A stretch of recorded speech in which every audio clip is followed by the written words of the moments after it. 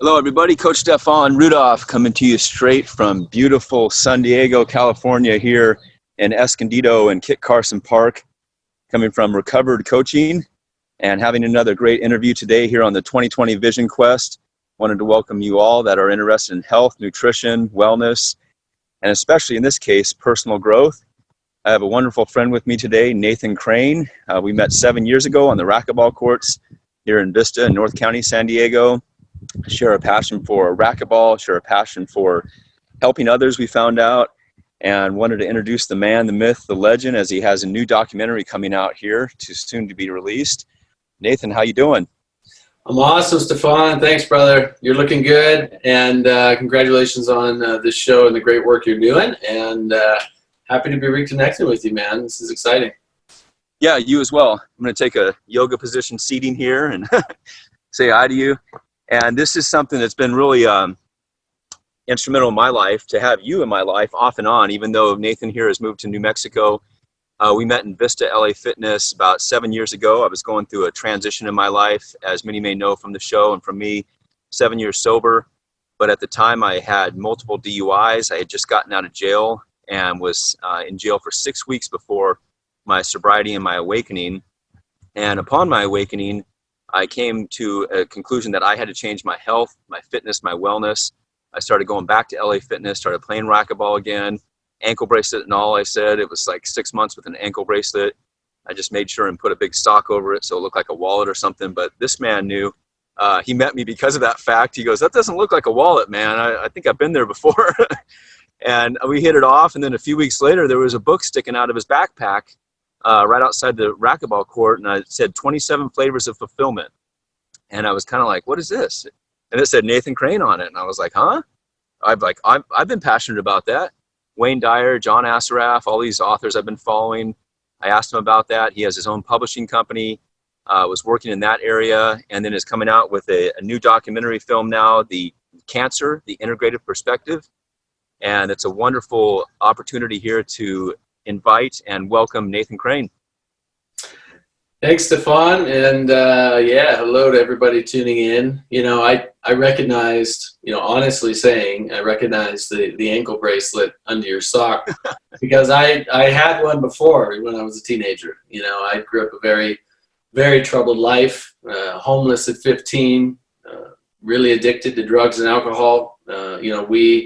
We really connected with that past in common. You know, the challenge of addiction and emotional trauma and just feeling totally lost in life. You know, and it wasn't until I was about 18, 17, 18, I was living with a friend's father, actually his family, his mom and dad and his family, and they took me in, and his name was Dennis Davis and Martina Davis, and they were mentors to me. And Dennis used to talk to me just about all kinds of spiritual things and our thinking and how our thinking affects our lives. And I just sit there, I just love to soak it up and listen. A lot of my friends would just leave and, all right, let's go. And I'm like, no, I want to sit here and talk with Dennis for another hour. I just loved it. And I love to question. I just love to listen. I was very lost at that point in my life, but at the same time, I had some really big epiphanies and awakenings. And, it's a much longer story, but for the purpose of this, the short version is I had this vision to move to California, went to San Diego, which is where we met a few years after I moved there. I moved there in 2005, really ran out of gas in Oceanside. I was going to say, I wanted to hear that part, how you ended up there. You ran out of gas. Yeah, that's pretty much it. Like, we didn't have any money. Gabe and I, my friend and I, Dennis's son, really didn't have any money, or we got to stay with his uncle for a while, who helped us get into this house. We got jobs. Really started my life over, and it was a very challenging time, but it was also very, very rewarding at the same time. I was 18 years old. It was like I was starting this whole new life. Didn't know what to do, where to go, or anything. I just knew I had to start over, and I had to start learning what it meant to be healthy, to be vital, to have a mind that actually, had awareness and I could think clearly for the first time in so many years. And I felt so fully alive, you know, being sober for the first time in so many years. I mean, I started very young, at 9 years old, you know, was smoking pot. 12, was drinking heavy alcohol, was addicted to cigarettes. So, you know, by 18, I had lived through more in terms of partying and addiction and hard drugs and alcoholism than many people do even into their 30s. And so by 21, my goal was to stop drinking, you know. Yeah, right by your legal age, huh? Yeah. You know, people were just getting started. I was trying to stop, and it was tough. I mean, anyone that's ever dealt with addiction understands any addictions: sex addiction, shopping addiction, material addiction, you know, alcohol, cigarettes, food, sugar, you name it. Any addiction is very tough to overcome. But thankfully, one by one over the years, I stopped, you know, all pharmaceutical drugs. I stopped smoking, which I had a 2-pack a habit a day. I stopped drinking all alcohol. I stopped all hard drugs, and replaced all those things with the things that create a healthy lifestyle: exercise, nutrition, better quality of food, better quality of relationships, and most importantly of all, I think, you know, meditation and a better quality of understanding who I am and what I'm here to do on the planet, and, you know, getting outside of myself and thinking about, you know, a greater cause of helping others. And when we really tune into, as you mentioned, that book, 27 Flavors of Fulfillment, you know, I remember how immersed you were in the book, and it was so inspiring to me. You showed it to me one day after you'd had it for a number of months, and it was highlighted and it was noted, and you know, you had like sticky notes on it and underlines and your own writings, and it was like you really took it so seriously. And I thought that was so inspiring. And thanks. I forgot about that, actually. Yeah, you showed me that, and looking back, I don't even do that anymore, and I have difficulty reading even because of the Audible generation now. But I was so immersed in like what I had just gone through in jail, and read many books. Actually, that's when I started reading because I had time. So when I got out, it was perfect because I could choose my time to read and then go over it and highlight it and saying, this really hits home. You know, this makes sense. And it's what inspired me to go to more conventions, actually. Wayne Dyer, you know, Mary Morrissey, people that were out there. And so you were definitely an inspiration. Yeah, you know, I appreciate that. And you know, the truth is there's so many people who have been inspirations to me as well. And we need those inspirations in our lives. And, you know, one of the reasons I did this film about cancer back in 2013, you know, so from 2005 to 2013, it's about a 7 to 8 year period. I really immersed myself in how do I be the healthiest, happiest, most fulfilled person I can possibly be. I went to the other end of the extreme. I understood what it was like to be addicted and lonely and lost and, you know, angry all the time and, you know, filled with resentment and fear. And I knew what that was like. I knew what that extreme life was like. And so I wanted to taste what maybe life could offer on the other end of the spectrum. And so I started meditating and researching and attending conferences and reading books and interviewing, you know, experts around the world. And I, you know, 8 years in with thousands of hours of personal dedication, I thought I knew a lot about health and healing. Then my grandpa got cancer. And not only did he have cancer, but he was going through traditional chemotherapy, radiation treatments that are typically suggested by the medical community. And after, I think around a year of treatment, you know, it totally destroyed his body. I mean, by the time I went and saw him in Arizona, he was in so much pain. He was very sick. He could barely get up to go to the bathroom. And I thought I knew a lot about health and healing that time, but I found myself in a place where I didn't have anything to say to him. I didn't know anything really about cancer. And I, like most people, when the word cancer comes up, was afraid, hopeless, and helpless. And it was like I wanted to help him. And there was almost nothing I could say because I just didn't have the knowledge, education, and the confidence I knew there were better solutions than what he was going through. It wasn't the cancer at that moment that was really killing him. It was the treatment. And you could see it very clearly. He went from active and you know, wasn't the perfect picture of health, obviously, but his health declined exponentially because of the treatment. And we now know, more people actually die from the treatment for cancer than the cancer actually kills people. We know that chemotherapy has, in a broad spectrum, measured against all cancers, only about a 2.5% success rate. And that's when it's grouped together with all cancers. So some cancers obviously respond better, 30, 40, 50%, and others have 0% success. But we know what chemotherapy and radiation does. People lose their hair. They don't lose their hair because of the cancer. They lose their hair because of the treatment, because of the chemical toxicity. We know it destroys the immune system and opens up the person to being more prone to other sicknesses and viral infections and so forth.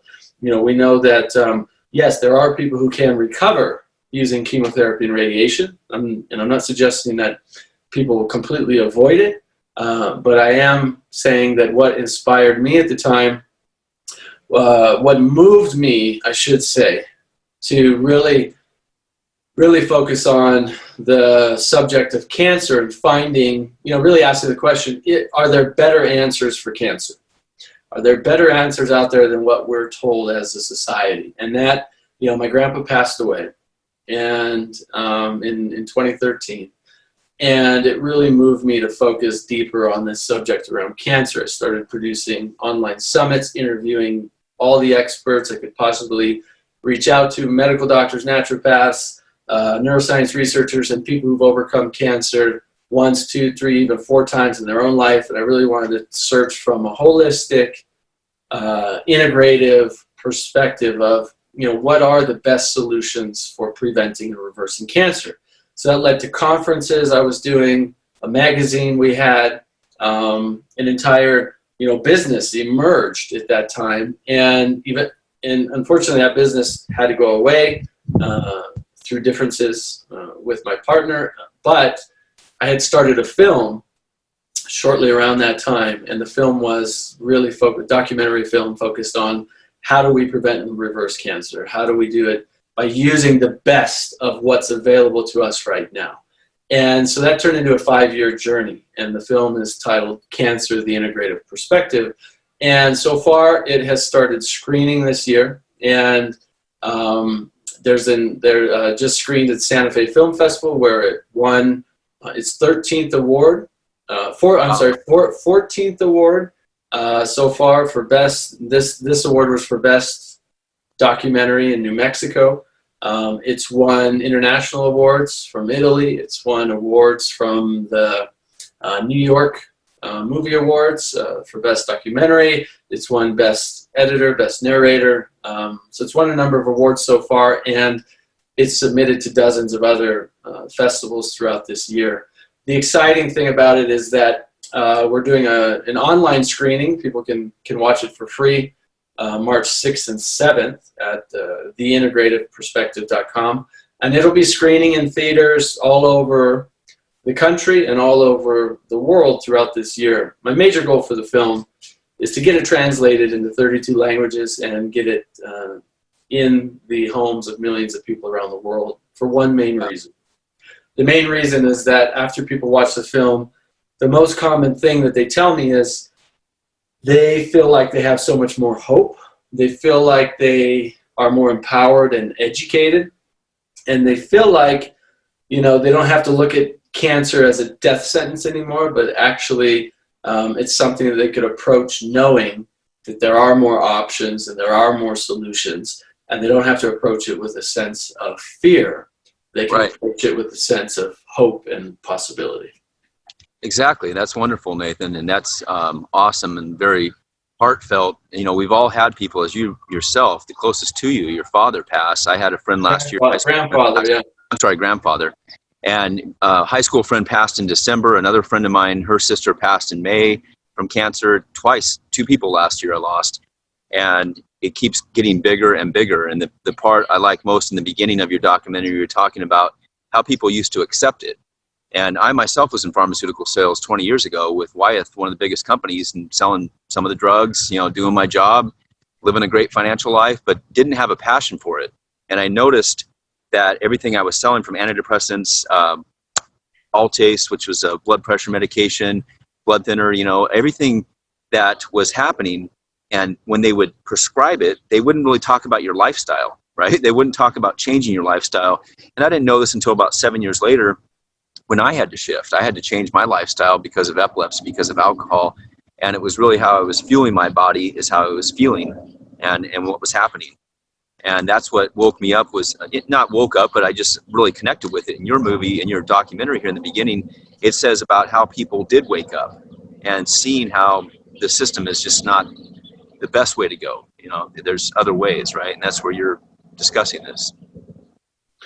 Yeah, one of the things that I really wanted to explore in making this film was what are the common causes of cancer? What are the, both from a scientific viewpoint as well as a firsthand experiential viewpoint, what are those common threads that we can understand that give us a insight as to what actually causes cancer and what is cancer? Most people don't even know what cancer is, you know. Exactly. They just one day wake up and they say, I have stage 4 cancer, and they don't even know what that some people is, right? think some people look at cancer as if it's something that they got from outside of themselves. And so our typical approach through the medical community is it's an invading something that's invading your body, so we have to take it out, right? That's where the surgery comes in. Let's get rid of it. Let's burn it out. Let's radiate it out. Let's chemo it out of your body because it's something that is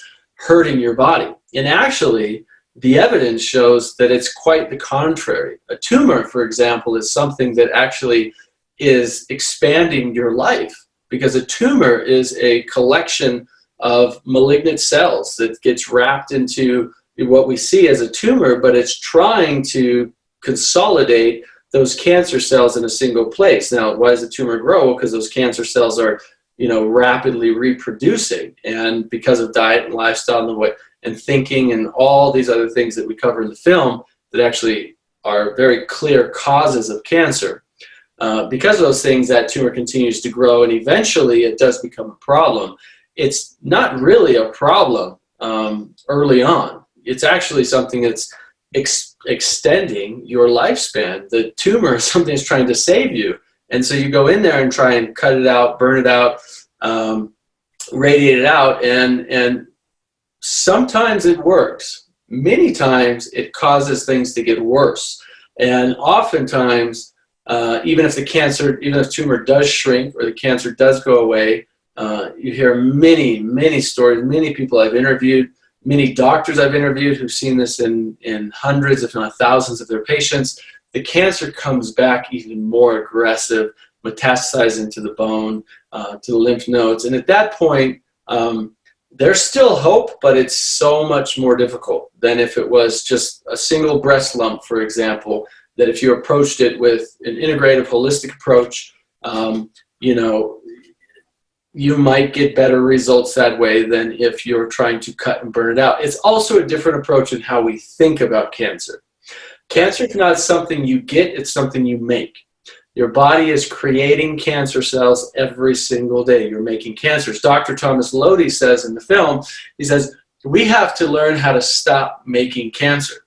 And that's where understanding the true causes of cancer is really important, because you're making it in your body. And we all have cancer cells every day of our lives. It's not that the cancer cells are bad at all. It's that how is our body responding? How's our immune system handling these cancer cells? And if the cancer cells through lifestyle are not able to be removed from the body on a consistent basis, eventually you'll see that cancer spread or turn into a tumor or show up on a CAT scan or so forth, or show up on whatever way you're testing to see if there's cancer in your body. And there's different ways to test. But the most important thing is that understanding you've been making cancer for quite a while in your body, and if your body made it, then something I believe and many others in the film also believe and also see firsthand, if your body made it, your body can also get rid of it. But it's all about the environment inside of your cells, inside of your blood, that can determine whether that cancer is going to go away or not. And environment is not only dictated by what we think of food, diet, nutrition, chemical exposure, etc., pollution, all of those things. It's also deeply affected by our thinking and by our emotions. And there's a major segment in the film on epigenetics and the science of how our thinking and emotion directly relates to us being able to prevent and reverse cancer. Yeah, that's awesome. And I totally agree with that. That's thinking and emotion. And when we first wake up, we're thinking exactly about what the way I was thinking in coming into sobriety was the way my life used to be. So I didn't get well mentally or emotionally for many years because I was still thinking in an old mindset pattern and thinking how hard this is going to be, how rough it's going to be. And then it creates this world around us. This exercising, John Assaraf says, is like working out the mind. There's exercising, living a healthy life, eating, but exercising, to me, I started meditating, started becoming aware of why I was either coughing, getting sick, having my seizure feelings before. When I holistically overcame epilepsy, I started paying attention to my diet. These are all connected, I'm sure, of course, with cancer and not feeling good. I have a friend, for example, who eats a tremendous amount of chips all the time, chips, fast food. He's always coughing when he eats this. And I say, you're coughing because your system is not digesting this properly. And he goes, oh, it's just part of life. And he won't wake up to it. I'm not going to try to wake him up, but it's an example in my life. We have to be aware of what we eat, how we feel, how we sleep, hydration, right? Water, everything. Just live in more awareness, would you say? Yeah, those are all important factors for sure. Some of the other factors that we talk about in the film are, not only addressing all of the causes, but then going in and looking at what are those solutions. And, there's a lot of evidence to suggest that, one, having more organic food in your diet, if not all organic, if you possibly can, is one of the steps from a dietary standpoint that is most suggested. Why? Because chemicals in our food, pesticides, herbicides, fungicides, genetically modified organisms that then are also added with lots of extra pesticides and so forth, those are directly related to cancer. They're directly related to tumor growth. So, eliminating chemicals out of your food, and really the only way to do that is grow your own food so you know what's in it, and or only buy organic food. And so moving beyond just organic, also your skincare products, everything you put on your skin, even your toothpaste, your lotion, anything that goes in your mouth or on your body, if it has chemicals in it, your body's absorbing it. You say, well, yeah, I've been using this for years, I haven't had any problems. Well, that's what happens, right? Cancer takes at least, in most cases, 7 years to even be identified. So by the time you're have a cancer diagnosis, it's already been growing in your body for at least 7 years, sometimes a decade or more. And so, we think of, my mom smoked for 30 years and didn't have any problems. Well, the thing is look at the end of somebody's life, right? What does that look like? My grandpa on my dad's side, who also has passed away, he ate really greasy food, smoked cigarettes, and drank alcohol most of his life. Yeah. And seemed okay for many years, but it was the last few years of his life that I would never wish upon anybody in the world. Not my worst enemy, nobody, because once the body starts shutting down, which is what happened, the last few years of his life were extremely miserable and extremely painful. And some people it catches up sooner. Some people it catches up later. Eventually, 99% of the time, we'll leave room for 1%. There's always that 1%, right? Yeah. 99% of the time, our lifestyle habits are going to catch up. In some cases, it might be too late. But that's why we don't want to wait until we have a cancer diagnosis. Or if we do have a cancer diagnosis, we don't want to wait any longer to look at everything we're doing in our life and how can we improve it. Our diet, our nutrition, what's going in our bodies, what's going on our bodies, what we're thinking, how, what's in our homes, what kind of chemicals getting rid of. Like, if you come to my home, our cabinet is a 100% natural medicine cabinet. It's all herbs and plants and natural medicines. All of our shampoos and soaps and toothpaste, they don't have a single chemical in them. They're all made from plants. They're made from minerals, no chemicals at all. All of the food in our cupboards, we try to be like 97% organic. It's not always easy to be 100%, but 97% is a pretty good, for the society we live in right now. I think that's a great goal, and it's achievable by anybody. They say, well, it's too expensive. Well, your health declining and having, medical bills and hospital bills and all the things that happen if you wait and don't invest in your health now is significantly more expensive than investing in your health now. Believe me. Some people that's the biggest part too. The experience, medical bills could be hundreds of thousands of dollars, where it's pennies compared to that if you're investing in your health now.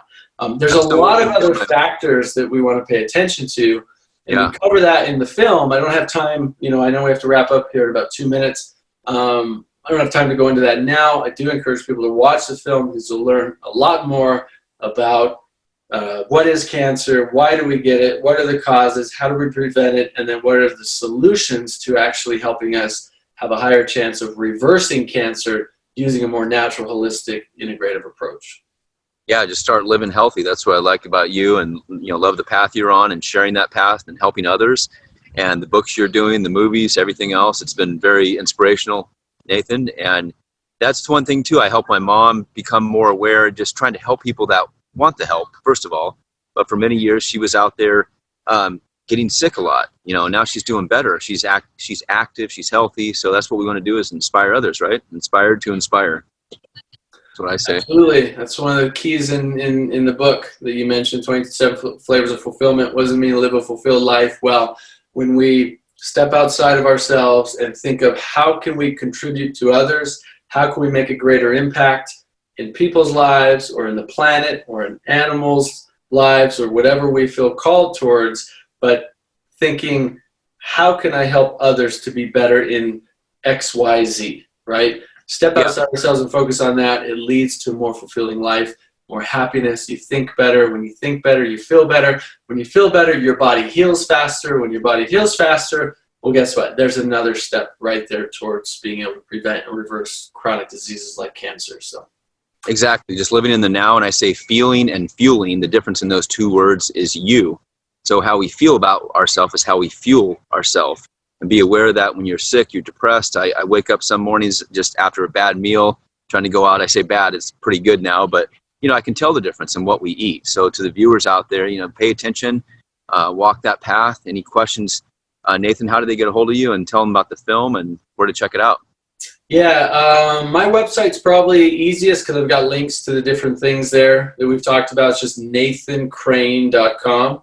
There's a link to the film. From there is a link to the book that you mentioned, Stefan. There's you can also reach me there. You can find me on Facebook as well, just Nathan Crane. So thank you so much. Thanks for having me, man. I appreciate it. Appreciate the work you're doing, and man, awesome to be reconnected. Yeah, you as well. And I want to show the viewers this last sign here that I picked up recently: Success Nutrition Facts. So hustle, focus, persistence, discipline, failure, risk, patience. And the biggest part for us, there's always failure in life. We have to fail in order to succeed. So for us to be together now, we've gone through that path: focus, alignment, the false evidence appearing real that Nathan and but also Les Brown taught me. We've all gone through fear out there. So thank you, viewers out there. I'm going to have a link on here as well for recovered coaching. If you have any questions, let me know. It's Coach Stefan Rudolph, coming to you straight from beautiful Escondido, California. And have a wonderful day and a blessed life. Take care. Thanks. Bye.